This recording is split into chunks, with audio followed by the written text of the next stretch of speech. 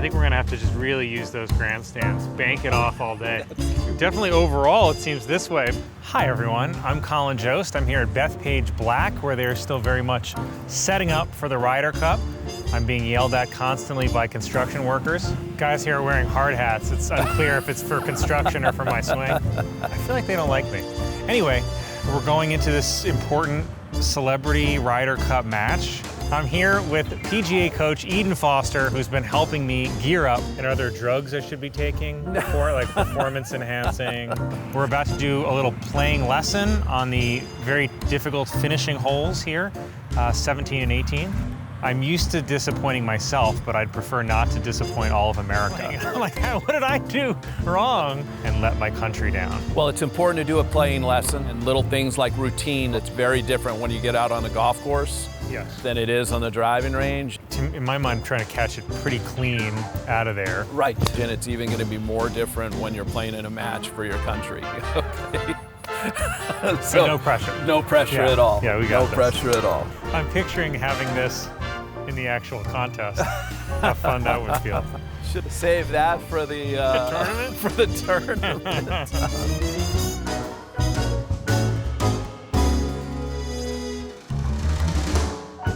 So Colin, 17th hole, par 3, 175, uphill.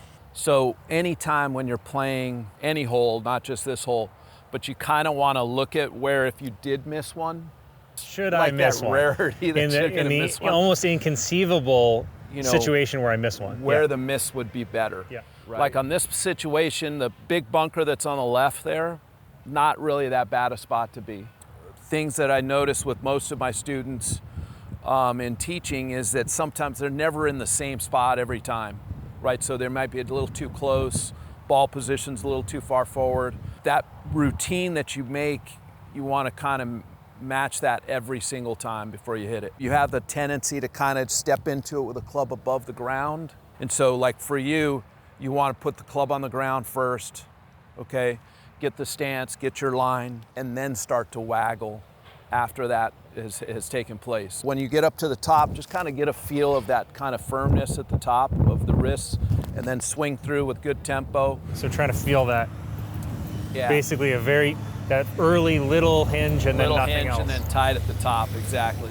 And that really helps me feel like I can just swing and it's connected.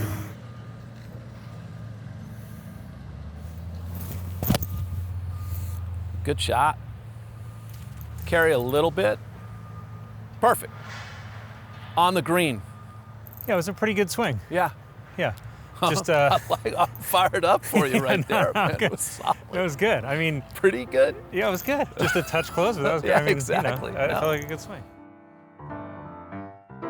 So, Colin, what got you into golf? When did you start playing? So I grew up in Staten Island, and basically my first times playing golf were my dad taking me out. I don't know what age it was, somewhere in the 7 or 8 range, and I just remember going out with him and playing 3 holes kind of at sunset. There's a public course called Silver Lake that's down the street from us. Mm-hmm. So for juniors on Staten Island, thanks to this thing called the Lowney, they subsidized junior golf. So I remember it. You know, it was like $3.50 to play 18 holes. But I never had any instruction or any guy, we would just play. And so I never really got any good at it. And it's so frustrating because one of my best friends, this guy, Mike Calcagni in Rhode Island, he qualified for a U.S. Mid-Am. He got really into it and really you grew up playing with him? We grew up playing. I'm like, what did I do wrong?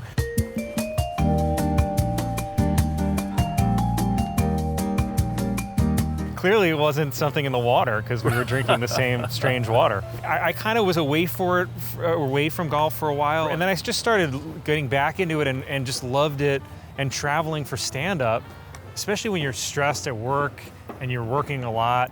Golf is such a retreat to be out, and you're usually with friends going to play, and how often do you get 4 or 5 hours together to talk and to with no interruptions. With no interruptions. Yeah. When you do pick it up when you're older, the golf swing is kind of like a person's fingerprint in a way. And when we're teaching as instructors, PGA professionals, we're always trying to kind of just find the good stuff and work around that and build off of that rather than reinventing it. I've really enjoyed a walk with a putter because that's such a power move. But let's go make this putt, and it's very, very doable. It's only 100 feet. I'll tell you what I like to do on longer putts. Try to find something on your line that you can kind of run the ball through. So are we thinking just to the left of that? Yeah, I think so. Yeah. Once the line is there, then that's over with. Okay, so we're not thinking about line anymore. Now we just go completely into pace. And what I like to do on longer putts is kind of like set up and actually look at the hole and take a couple practice strokes and kind of get a feel for what I think the stroke would feel like. Okay. All right, let's see it.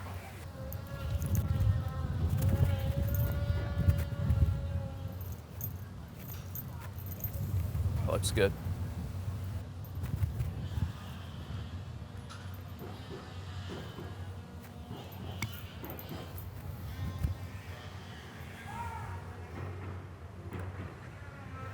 Keep coming, keep coming.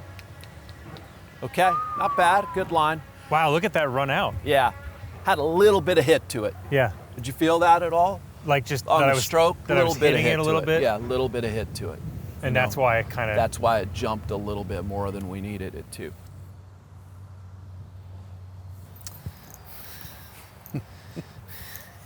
Didn't feel it. Didn't feel it. Nice long and smooth stroke.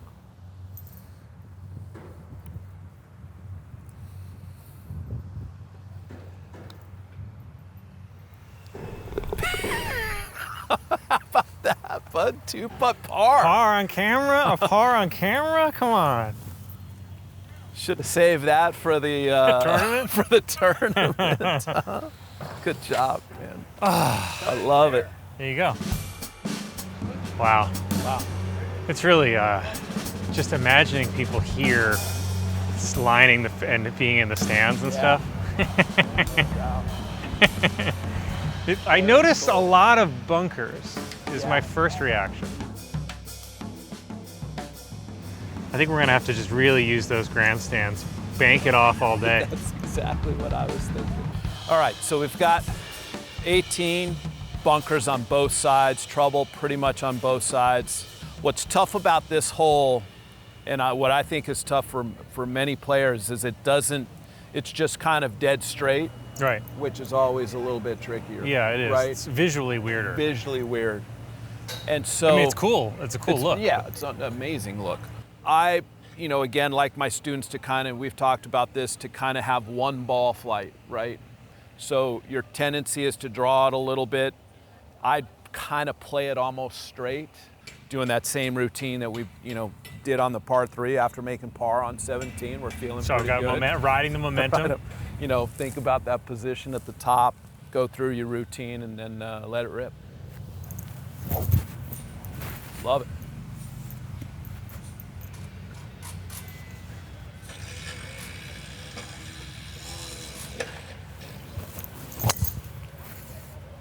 Okay, push it, wind, a little bit. Oh, okay, we caught the fairway bunker. Good swing, though. It was a pretty good swing. Yeah, it was great. Basically, I still managed to get it a little left. A little bit too far left, even with the wind. But still, good golf Is it that swing. last fairway bunker? Last fairway bunker.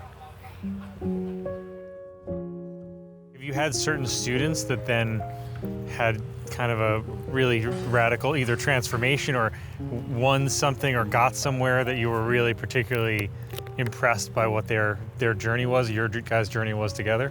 Had a guy that was 86 years old that hadn't played golf since he was in his 30s. Wow. Okay, tennis player.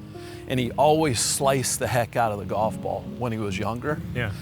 And, I taught him how to hit a nice little draw. Yeah. And he was hitting it further when he was 86 than he did when he was like 37. So there's stories like that. Yeah. That's super cool. Really, really satisfying great. And fun. It just became more like this would be a good career because I love being around people. I like being, at golf courses, and that's what keeps me being a PGA professional today is just the game itself. Meeting people like you. For a bunker shot like this, obviously it's also an uphill lie a little bit. Right. And it'll usually take something off of it, Yep. right? Yep. So if I if it's a 120 shot, which would normally probably be the 50 degree, I feel like I should at least go with a wedge. I think wedge. For one in a fairway bunker, I always like any student to never really go at anything really hard. You know, and even more so when it's kind of uphill like this. You know, we've got a good lie. That's key. So I want you to feel like you're just hitting it just like you would off the grass, right? The one thing I would say is the sand is pretty soft. You know, you would want to kind of dig in a little bit just to keep your footing and maybe grip down on the club a half an inch. But otherwise, you know, if you're on an uphill lie, you'd be trying to feel like you're swinging up the hill. You're going to do everything else the same. Okay. All right, let's see you do it.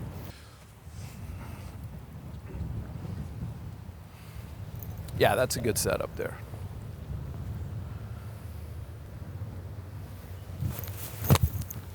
Awesome. Sit down. I think that I saw it bounce. I think Maybe we're on the back left back hand, left? back left. Yeah, great swing.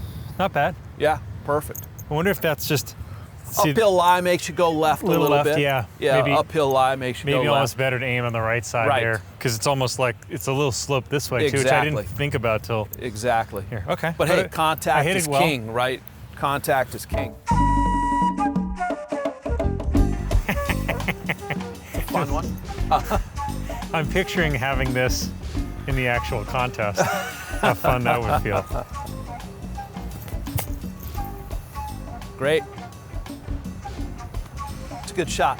Yeah, You know, it's okay. yeah, it's fine. If you get, you know, if you would have Get gotten a greedy little and- bit more greedy or anything like that, now you actually have a chance to make 4.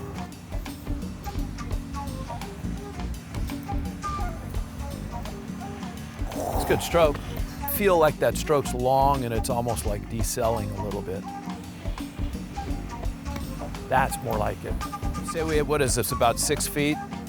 Ryder Cup is on the line. My thinking on a short putt is most people get too caught up in the outcome and then their technique falls apart. And you see it even with the best players in the world, that happens. I think you just have to get over it and think of, okay, I just want to make a good stroke and don't worry about the outcome. Just make a good stroke. Just make a good stroke.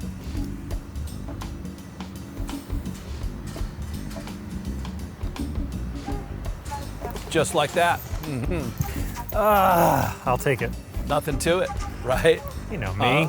I never miss. Par bogey. Par bogey. Bethpage Black, Yeah. 17 and 18. I will take it any time we do this in the real thing. Exactly. I'll take either. I'll probably take either of those on any hole. Right. Good job. I'm fixed.